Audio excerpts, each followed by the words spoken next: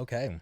All right. Well, here we are. It's a Monday, which is odd in its own right. We don't have beer, so we're drinking whiskey. We're not even watching TV tonight. You're going to go watch a film, a movie film, a cinema, Uh-huh. a Yeah. piece of cinema. But we got to talk about what we watched last night, which was the Rehearsal Season 2, Episode 2. But before we get to that, you were in San Francisco I was. doing work stuff. I was. The stuff you get paid to do, which is absurd. Sure. And this last weekend, Gigi won a corgi race at UW. A lot going on. Yeah, it was a big weekend. And then last night we watched some TV. She's not here with us, but she she's is not a in champion. spirit. She's a champion. She's a champion. At the folks' house at the moment, but she'll be here on Wednesday on our regularly scheduled time. Do you want to start summarizing the episode? Do you remember how the episode starts? This one's going to be a tough one to summarize. A summary is going to be tough. Didn't he just go right into? We're gonna sum through it, but yeah. Didn't he just go right into his singing? Yes, but we don't even get that clue. We just get all of a sudden a bunch of like weird empty office rooms and pilots coming in who I at first assume are just the like actors that he's hired to play all these pilots, but we find out that they are actual co-pilots. He has a horde of co-pilots from a bunch of airlines that he's gathered and hosting a singing competition. They are now judges of a singing competition with real singers. Yep. So we in don't LA. have actors. I believe it's called Wings of a Voice or Wings of Voice. We don't have any actors in this part whatsoever. And the theory is that if the co-pilots get good at rejecting the singers, they're told they shouldn't give out very many gold tickets.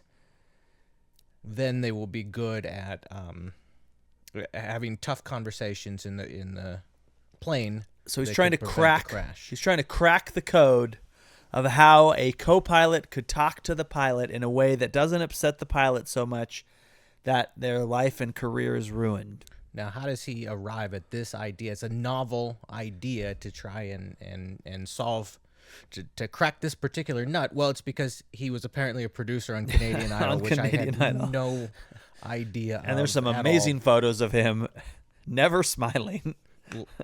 Last ep, I was talking about his introduction in the flames, his little laptop in the Yep. flames, looking like the devil behind him. He looked very devilly in a lot of those photographs and a lot of the other parts of this episode. So they are leaning hard, and he's got a face for it. He's got the eye bags. He's got a devilish looking face when he wants to be. And he's struggling with the idea that he didn't like being a junior producer on the show. He hated having to tell people no. They would cry, they would get upset, and this broke him. So he wants to recreate this scenario. So he gets all these co-pilots as the judges. At night, he moves the bar. For those of you who watched season 1, he created a bar. He moves this into his Houston airport recreation. So it is now a piece of the Houston airport. Actually, I hope it becomes a piece of the real Houston airport someday. That'd be amazing. So he has this bar set up in his hangar in LA, and after they judge these singing shows, they now go back to the bar and chat with each other while he creepily watches from wherever he is in the bar. That's another source of the devilish theme. They'll show a conversation of a couple, and then he's sitting in the corner just absolutely staring weird bullet holes through him with his face downcast, very evil looking. And then he also decides that he needs to. He's what I like about him is he needs the data. It can't all just be qualitative analysis. We got to have some numbers behind it. And men love numbers. I love numbers. We all love numbers. So he says everybody who comes out of the room and gets a rejection, we're gonna grade the judge on a 1 to 10 scale. Likability scale. Likability scale. How much did you like this particular judge? And He's got the averages. He's got the standard deviations. He's running graphs on this thing. He's doing the whole statistics. He's taken all of his notes from his statistics course in college that he must have had, and he's just running with all of them.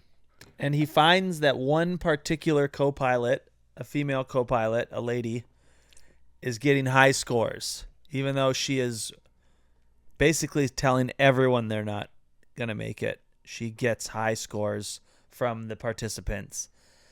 So he's watching all this. He's trying to figure out what it is that she did. And he sends himself back in. He's like, I'm going to judge. I'm going to feel what it's like again. I'm going to go back into that moment and I'm going to reject some people. And then I'm going to see my scores. His scores are bad. Well, Spoiler alert. We don't see his summary scores. They could be very. He could have just grabbed the his particular ad hoc sample ones, size seems to be small. It does make for a very funny visual for him to reject somebody, wait 5 seconds, and then immediately go outside, unlock. Take the small key out to unlock the box. This show is so hysterical. This is just a broad therapy session for him to work out whatever it is that he thinks he doesn't like about himself, that he wants to improve about himself. Here he is with this grand idea, all of this money into setting up this singing competition and all the co-pilots, and I don't know how many entries there were. It looked like we saw at least 100. There were at least 100 people.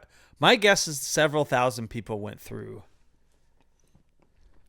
All in the hopes of him figuring out how he can make his aura more likable. Yeah. Which I don't think he ended up doing by the end. Well, it was the midway point, I believe. Was it the midway point or the end where he talks to that young guitar singer? That was all the way at the end. I think that was all the way at the end? Okay. Then we'll cut back to that. But he has a moment where he tries very hard, and we'll come back to that. The other two were a little. You're right. That was the end. It was a little disconnected. I think we can. Oh, we can cut. Okay, we can cut right to it. Do it now. He takes all the lessons he's learned, especially from this woman who he learns the word fantastic. Mm-hmm. Some are benign and some seem a little bit more serious. The use of the word fantastic or saying somebody's name is beautiful. Yeah, beautiful. That's what it was, beautiful. She Laugh out beautiful loud moment when he says that to Paul. Danny or Danny. As well as trying to reach them on an emotional level and pick them up during this rejection. And he does this at the end of the app. He delivers his most... he chases one of the people down to ask them why after he was still nice. He got a low score. And that's where the guy tells him you can't change your aura, and he says, no, yeah. I can. He's got a 15-year-old girl. She sings, fine. Nathan lets her down and then goes into the most emotional I've seen him in the show. It was the biggest heartfelt speech I've ever seen that human being make. And it was a pretty darn well-written speech, period. Mm-hmm.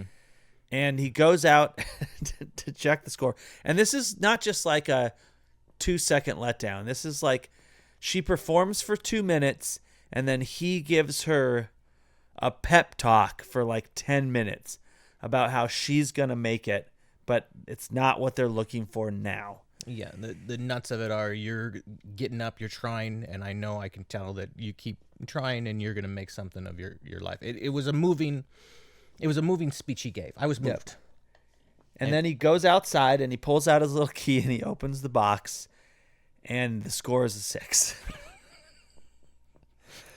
Which was my biggest belly laugh. It was the night. Funniest thing ever because a 2 wouldn't have been funny, a 4 wouldn't have been funny, a 10 wouldn't have been funny, a 6 was just like dead on the funniest thing that you could get, which is just like you try your heart out and you still get a C. The scores that we saw him get before, I think was 2, 3, and then 6, and it was so funny to see him pour all of this effort and time and money and try all of these different strategies. The man went to work to try and crack this code, and the best that he could do was a 6 until he thought of one great idea. Turn the paper upside down. Just turn it upside that down. 6 becomes a 9. And that's no problem. Which, to be fair, we don't know whether it was a 6 or a 9. It was a 6. It was definitely it looked pretty a 6. That was the funniest. That was the laugh of the episode. Now, there's a second piece of this episode, which anybody who's been following the show, anybody who's watched the show, anybody who's read any news about the show, is a wild turn. For those of you who know, he has a show called Nathan For You, which was on Comedy Central for a while. And it was quite a funny show where he took failing businesses or struggling businesses, and he would come up with wild marketing plans to make them successful. There's a particular episode, which I don't think I've actually seen, but he creates a fake outdoor clothing brand. And by fake, I mean real, but not a current one. He creates a new outdoor clothing brand called The Summit. Summit Ice, I think. Yeah, Summit Ice. And goes on a quest for Holocaust remembrance? Yeah, Holocaust awareness. Which is basically don't forget that the Holocaust happened. Seems like a pretty good cause. Now he finds out that this show that is now owned by Paramount Plus, a streaming brand, not the streaming band this show is on, but another one that he also has another show called The Curse on, has removed that episode. They're no longer showing that episode on Paramount Plus. So he brings his actor double to reenact writing the email to Paramount of trying to figure out why this episode got removed. And what is the response that Paramount gives him? It's removed due to sensitivities. Yeah. So he has an email exchange with them. It goes a couple of emails deep. He doesn't really get anywhere. But he starts wondering, why was it that he was so what's a good word? He's using a whole bunch of exclamation points and niceties. He's trying to flower up this email, essentially asking. He's where not the hell being is. clear. He's not being direct. He's not being clear. He's not being angry. He's trying to, in the meekest possible way, say, "Hey, where did my ep go?" He's not expressing his frustrations. He's mostly just going, "Hey, what happened here?" In a lighter even term than that. And he's also worried that his current show, which is not renewed yet, could get canned if he upsets the wrong people at Paramount, which he then goes on to probably do. Probably. Of course, he's going to have to rehearse this. Yes. He wants to take this to the next step, but he's going to have to rehearse it. He's going to have to rehearse, and by rehearse, we mean he's going to have to rehearse having the conversation with an executive at Paramount Germany, because this is where it all sprung up, was Paramount Germany. Apparently had an issue with it. And then he goes on to show a graph of how that news spread and other companies throughout Europe in a very expansionist fashion. World War II across model. Europe map. Canceled this episode. And so it's basically worldwide, not available. So he sets up an office for what is supposed to be Paramount Germany. How would you describe the office? Nazi-ish. I guess I would say. You're just going to jump right to it? Nazi-ish. It's very clearly supposed to be like WW2 movie type of scene. Big long hallway. It's with a the large banners all the way giant down. castle, like ballroom with a desk at the end, and there's giant blue Paramount flags hanging from the rafters, just like. We skip to the end of this particular segment, and he's looking out the window, and there does happen to be they a are number goose stepping of, out front of actors in what appears to be Nazi uniforms, but with a armband, a Paramount, with a Paramount armband, Plus yes. logo on it. Oh my So God. he has some feelings about. A executive comes out in a very stereotypical German accent with a servant, assistant, who offers to bring him tea, and he makes the very famous Nazi speech about hospitality being the difference between animals and us. Or barbarians. I don't remember the exact term he uses. What do you think is the difference between people and animals? Self-actualization? I think that goes into hospitality. It fits. Hospitality, self-actualization, like in the bullet points. No, I think they're one and the same. Doesn't chase laser there's pointers. a lot of overlap there, I think. He makes them retry this speech several times. He's giving them tips on how to replay it, how to do it. He's not satisfied with the answers. He's not satisfied where it's going. And he decides, okay, you do this how you think it should be done. Mm-hmm. And improv a little. And I don't know if this was written for him or if this is just a speech that all Germans must know. But he makes the most down-to-earth,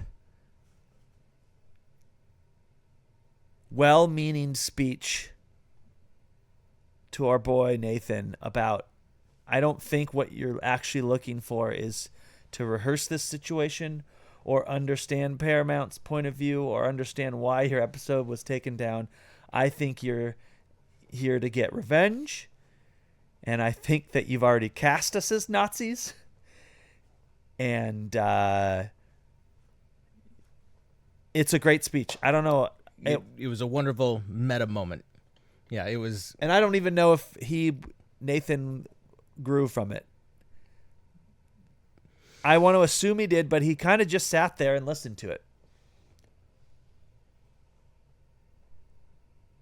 Yeah, I'm thinking about this in context of the conversation he was having with us in the first ep around how just because you're a comedian, just because you're telling jokes doesn't mean that your ideas can't be good and taken seriously and move the world forward. Sure. Remember, he put himself in the lineage of the Wright brothers as they're making their planes.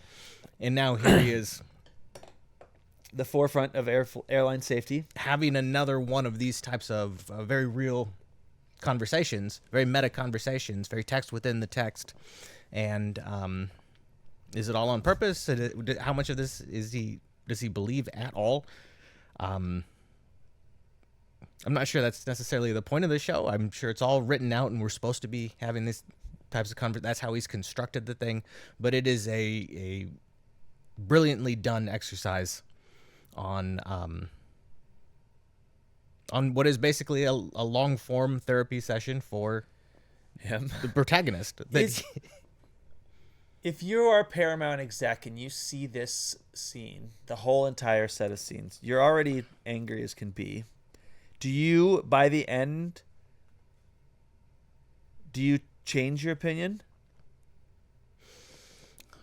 If I was a Paramount exec, I'm laughing my balls off. But I'm thinking about real repercussions. Paramount Plus execs who probably cannot get past the. They're probably not very humorous individuals. The armbands. I think at the armband. The armband was the moment that did it. Probably a bridge too far. I don't know if you come back from that. I don't know if I would have came back from the flags. Yeah, but I'm because I say that because he definitely casts himself as the flawed character at the end of this. Like, at the end of that whole scene, he could have just continued to grandstand about how he was right, which I think most people would have. But he took the time to go, I'm probably not acting like an adult here. And he's not saying he's wrong, but he's also not saying that like he is the better person in this scenario. And I think if you're Paramount Plus, I think you're like, okay, maybe we have a bigger conversation on this, but which I think he might have later in the season. I don't know, because he's kind of dropping quite a bit. And then there's one whole other important scene about this whole thing is he's recording these co-pilots the whole time, and he seems to think but he still has yet to see an actual pilot co-pilot interaction.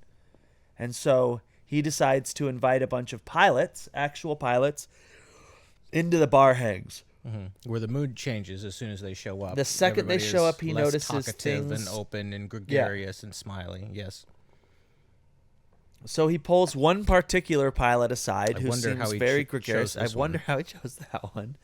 And asks him how he feels, and he asks, like, does he notice that these people are having a hard time opening up? And the pilot kind of turns the tables and says he actually feels like he is pulling teeth and walking on eggshells. You have to watch what you say, especially around women. And then he gets a chance to sort of practice that, and I don't think it goes very well from my grading system. He puts this pilot and a female pilot, co-pilot, in the cockpit.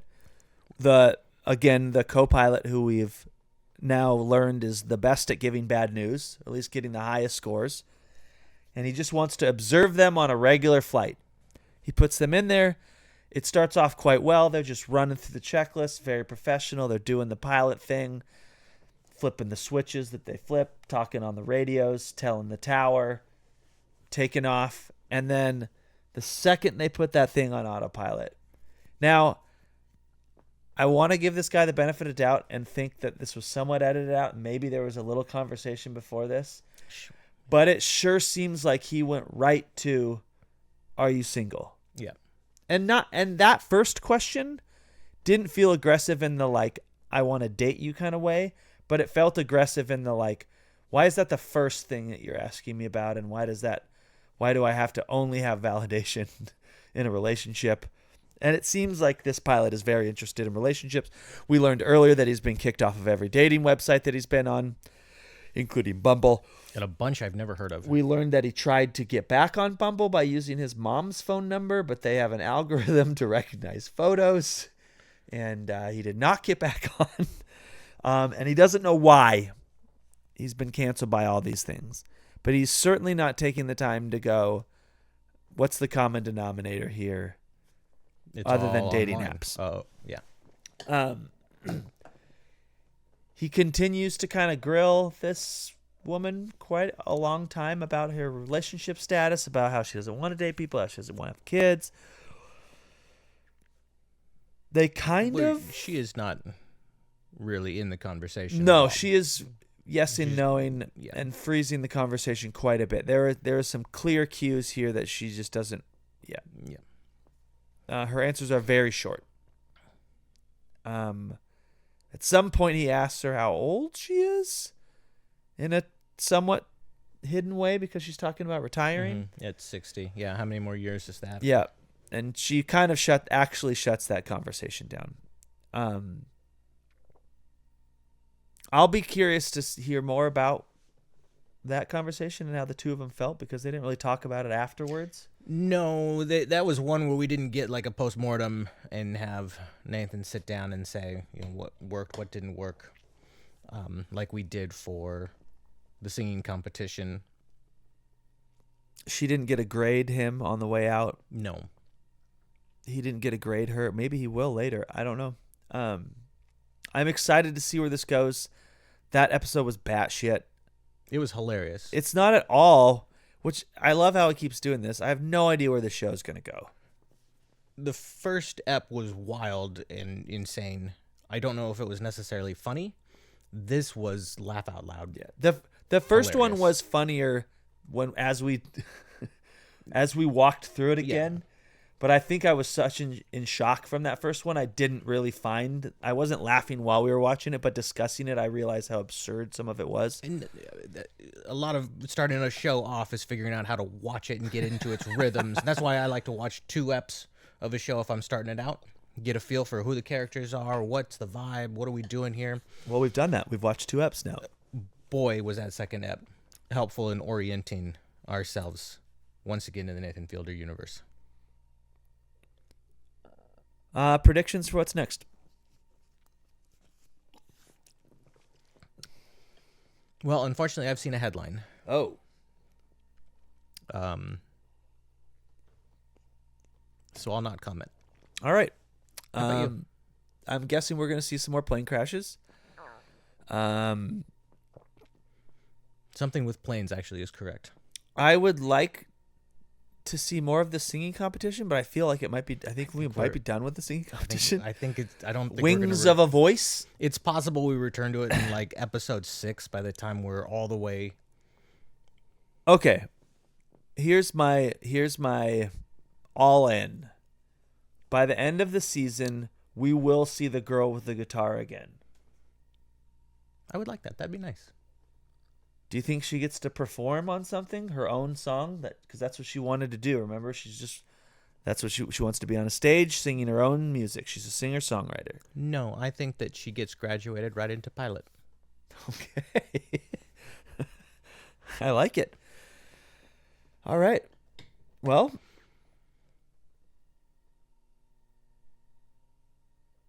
you want to stay golden? Yeah, sorry. Stay gold. Cheers.